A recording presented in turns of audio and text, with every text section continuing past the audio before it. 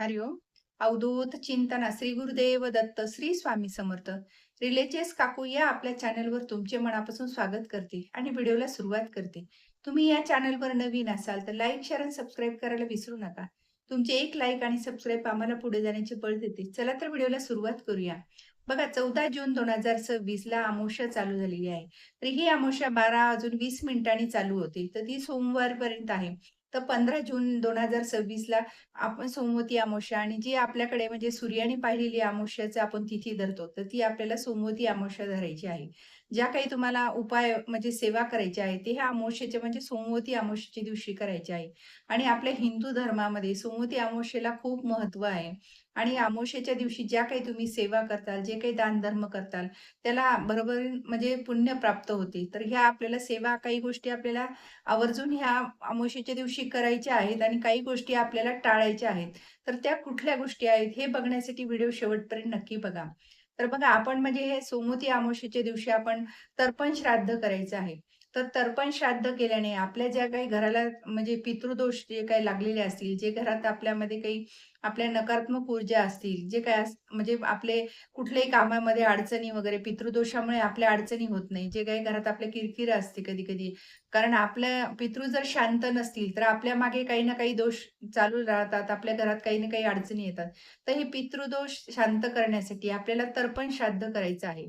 तर तर्पण श्राद्ध करताना तुम्ही म्हणजे घरामध्ये घरी ब्राह्मण बोलून करू शकता किंवा समजा आता तुम्ही नाही झालं, तर तुम्ही आपलं एक दही भात घ्यायचा आहे. त्याच्यावर आपल्याला काळे तीळ टाकून आपल्या पितरांच्या नावाने आपल्याला तो प्रसाद म्हणून समजा वरती गच्चीवर नेऊन ठेवायचा आहे. आणि ते जे काही कावळे आहेत ते येऊन खाऊन जातील.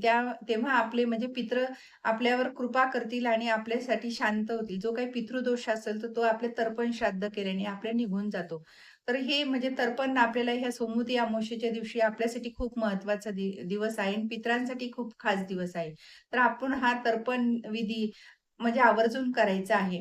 आणि दुसरं म्हणजे आपल्याला ह्या दिवशी जे काही तुम्ही दानधर्म करता येईल अमावस्येच्या दिवशी, ते आपल्याला दानधर्म करायचा आहे आणि आपल्याला ही अधिक महिन्याची सांगता पण करायची आहे आणि ह्या अमावस्येच्या दिवशी जितकं तुम्ही दानधर्म करताल, तितकं आपल्यासाठी खूप पुण्य प्राप्त होत असतं. तुम्हाला जे काही वस्त्रदान करता येईल, वस्त्रदान, अन्नदान, फळदान, जे तुमच्यासाठी यथायोग्य आहे, ते तुम्ही दान करू शकता. तर हे दानाला खूप महत्त्व आहे.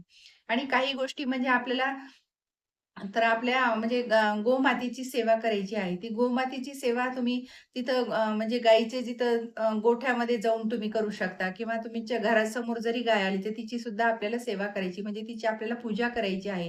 कारण गोमातेमध्ये 33 कोटी देव आहेत. तर आपण 33 कोटी देवांची पूजा केल्या समान होतो. त्यामुळं गोमातेची सेवा करायची. तिला हिरवा चारा खाऊ घालायचा आहे आणि हिरवा चारा झाल्यानंतर तुम्ही गुळ-पोळी सुद्धा तिला आवर्जून द्यायची आहे. कारण आपल्याला गोमातेची सेवा ही आपल्या म्हणजे आपले जे काही संकट आलेले आहेत ते नाहीसे होतात. 33 कोटी आपल्याला देव आपल्यावर कृपा आशीर्वाद प्राप्त करतात. त्यामुळे ह्या अमावस्येच्या दिवशी गोमातेची सेवा आवर्जून करा आणि तिला हिरवा चारा तुम्ही जिथं विकत मिळेल तिथं विकत आणून तिला म्हणजे हिरवा चारा गोमातेला खाऊ घालायचा आहे आणि जर तुम्हाला हिरवा चारा शक्यच झाला नाही, तर तुम्ही गुळपोळी तर आपल्या सगळ्यांच्या घरी असते. तर पहिली गुळपोळी आपल्याला म्हणजे अर्पण करायची आहे गोमातेला आणि तिला नमस्कार करायचा आहे. म्हणजे आपलं 33 कोटी देव आपल्यावर कृपा आशीर्वाद प्राप्त करतात. तर ही अमावस्येच्या दिवशी गोमातेची सेवा तुम्ही आवर्जून करा. म्हणजे घरामध्ये जे काही आपले नकारात्मक ऊर्जा, जे काही आपले संकट आलेले आहेत, ते सुद्धा आपले नाहीसे होतात. गोमाता आपल्यावर म्हणजे कृपा आशीर्वाद प्राप्त करते. आणि आपल्याला तुम्हाला बघा आता त्या दिवशी सोमवती अमावस्येच्या दिवशी गंगेवर स्नान करण्याचं म्हणजे आपल्यासाठी खूप म्हणजे पुण्य प्राप्त करतं. पण आता सगळ्यांचंच गंगेवर जाणं शक्य नसतं. कोणाच्या गावाला गंगा आहे, कोणी लांब नाही. पण तुम्ही सहज जर घरामध्ये गंगाजल ठेवलं, तर तुम्ही तो रोजच्या अंघोळीच्या पाण्यात 2 थेंब टाकून जरी अमावस्येच्या दिवशी गंगाजल समजा अंघोळ केली, ती 2 थेंब टाकून, तर आपण गंगेत स्नान केल्यासमान आपल्याला त्याचं पुण्य प्राप्त होत असतं. म्हणून आपण अंघोळीच्या पाण्यामध्ये गंगाजल टाकून आपले सोमवती अमावस्येच्या दिवशी स्नान करायचं आहे आणि आपली देवपूजा हे वगैरे सगळं झाल्यानंतर आपल्या घरामध्ये तुम्ही घराच्या बाहेर तुम्ही कोहळा सुद्धा बांधायचा आहे. कारण अमावस्येला कोहळा बांधणं हे आपल्यासाठी चांगलं असतं आणि आपल्या घरावर जी काही नकारात्मक ऊर्जा आहे ती सुद्धा निघून जाते. म्हणून तुम्ही कोहळा या अमावास्येच्या दिवशी आवर्जून बांधायचा आहे. आणि बघा पिंपळाची सेवा करायची आपल्याला. पिंपळाच्या झाडामध्ये आपल्याला भगवान हरिविष्णूंची म्हणजे वास असतो आणि पितरांचा पण वास असतो. तर ह्या दिवशी आपल्याला पिंपळाची पूजा करायची आहे. खास करून म्हणजे अमावास्या जे काही आपले जे दोष लागलेले असतात ते सुद्धा आपल्या पिंपळाच्या पूजाने म्हणजे नाहीसे होतात आपल्या. तर मग तुम्ही पिंपळाची पूजा आता तुम्हाला पहिले पाणी अर्पण करायचं आहे पिंपळाला, नंतर दूध आणि मग नंतर चांगलं पाणी अर्पण करून त्याला म्हणजे पूजा करायची, धूप-दीप ओवाळायचा आहे आणि आपल्याला तिथे दिवा लावायचा आहे. तर तुम्ही हे दर अमावास्येला दिवा लावला तर आपल्यासाठी जे काही म्हणजे दोष लागलेले असतात सगळे मुलांना ह्याच्यात आपल्या घरामध्ये जे किरकिर होत असेल ती सुद्धा नाहीशी होती. तर मग तुम्ही अमावास्येच्या दिवशी पिंपळाच्या झाडाखाली आवर्जून दिवा लावायचा आहे. कारण त्या पिंपळाच्या झाडामध्ये पितरांचा वास असतो. असं केल्याने आपल्यावर म्हणजे पितृ पण कृपा आशीर्वाद देतात. त्यामुळे तुम्ही अमावास्येच्या दिवशी आपल्याला त्याची पूजा करून, त्याला प्रदक्षिणा घालून तुम्हाला दिवा लावायचा आहे अमावास्येच्या दिवशी.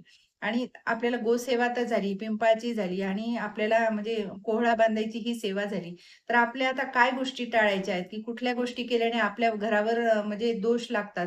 तर ह्या आपल्याला अमावास्येच्या दिवशी तुम्ही म्हणजे आता बरेच जणांकडे मांसाहार करतात. तर मांसाहार या दिवशी म्हणजे करायचं बिलकुल म्हणजे टाळायचं आहे, की ह्या कटाक्षाने ह्या काही गोष्टी जर पाळल्या, तर आपल्या घरात जे नकारात्मक ऊर्जा आपल्या घरात तयार होत नाही. जे काही आपल्याला दोष लागायचे ते सुद्धा लागत नाही. तर ह्या दिवशी तुम्ही म्हणजे कटाक्षाने पाहायचे. मांसाहार आपल्या घरामध्ये झालाच नाही पाहिजे ह्या दिवशी. तर मग कारण ह्या दिवशी जर तुम्ही मांसाहार केला, तर आपल्याला पितृदोष लागतात. कारण घरामध्ये पितृ म्हणजे नाराज होतात, की घरामध्ये हे असं वातावरण, वाईट वातावरण तयार होतं व आपलं वातावरण सुद्धा असं प्रसन्न राहत नाही. त्यामुळे हे मांसाहार टाळायचा आहे. आणि आपण कोणाला समजा वाद घालायचा नाही अमावास्येच्या दिवशी, कोणाला वाईट बोलायचं नाही. कारण कोणाचा अपमान जर केला, तर त्यांची आपल्यावर वाईट म्हणजे भांडणं होतात, उगाच किरकिर लागते आपल्या घरामध्ये आणि वाईट नजर लागते. त्यामुळे कोणाला म्हणजे वाईट वाटेल असं बोलायचं नाही, कोणाचा अपमान करायचा नाही. आणि जे काही कोणी आपल्या समजा काही गरजू व्यक्ती असतील, तर त्यांना आपण जे चांगलं असेल तर तसंच शक्य असेल ते दान करा. कारण वाईट वस्तू, काही अशा खराब झालेल्या वस्तू जर दिल्या, तर त्यांचा आपल्याला म्हणजे वाईट दोष आपल्यावर लागतात. त्यामुळे तुम्ही अन्नदानही त्यांना करताल तर चांगलं द्या, ताजं द्या. समजा शिळं वगैरे खराब झालेलं असं सुद्धा आपण जे आपल्या गरीब मागायला येतात त्यांना सुद्धा आपण चांगलंच द्यायचं. कारण जितकी आपण लोकांना चांगली वागणूक देऊ, तितकं आपल्यासाठी आपले म्हणजे जे काही दोष असतील ते निघून जातात आणि आपण कोणाला वाद वगैरे नाही घातला, तर ते सुद्धा आपल्यासाठी खूप चांगलं आहे. आणि काही-काही म्हणजे ह्या दिवशी आपण कोणाला उसनं वगैरे सुद्धा द्यायचं नाही. कारण अमावास्येच्या दिवशी कोणाला काही दिल्याने वस्तू आपल्या घरामध्ये जी लक्ष्मी आहे ती त्यांच्याकडे जाते. त्यामुळे अमावास्येच्या दिवशी कोणी कितीही मागितलं, काही जरी मागितलं, तर ह्या वस्तू उसण्या वगैरे द्यायच्या नाही. पीठ समजा तेल, मीठ ह्या गोष्टी आपण कोणालाही अमावास्येच्या दिवशी द्यायच्या नाही. तर ह्या काही गोष्टी आहेत, त्या छोटे-छोटे म्हणजे उपाय आहेत. काही गोष्टी चांगल्या करायच्या आहेत, काही गोष्टी आपल्याला म्हणजे मुद्दाम पाळायच्या आहेत, की ह्या आवर्जून ह्या अमावास्येच्या दिवशी केल्या नाही, तर आपल्या घरामध्ये सगळं म्हणजे वातावरण चांगलं होतं, सुख संपत्ती, ऐश्वर्य लाभतं. तर म्हणून ह्या आवर्जून ह्या गोष्टी महिलांनो तुम्ही लक्षात घेऊन ह्या गोष्टी करायच्या आहेत. काही गोष्टी टाळायच्या आहेत आणि काही गोष्टी करायच्या आहेत. तर हे तुम्ही सहज शक्य करू शकता. तर हा म्हणजे तुम्ही असं नियमाचं पालन जर केलं, तर नक्कीच तुमच्या घरामध्ये सुख, शांती, ऐश्वर्य लाभेल. श्री स्वामी समर्थ. जय जय स्वामी समर्थ. माझा जर व्हिडिओ तुम्हाला आवडल्यास लाईक, शेअर आणि सबस्क्राईब करायला विसरू नका.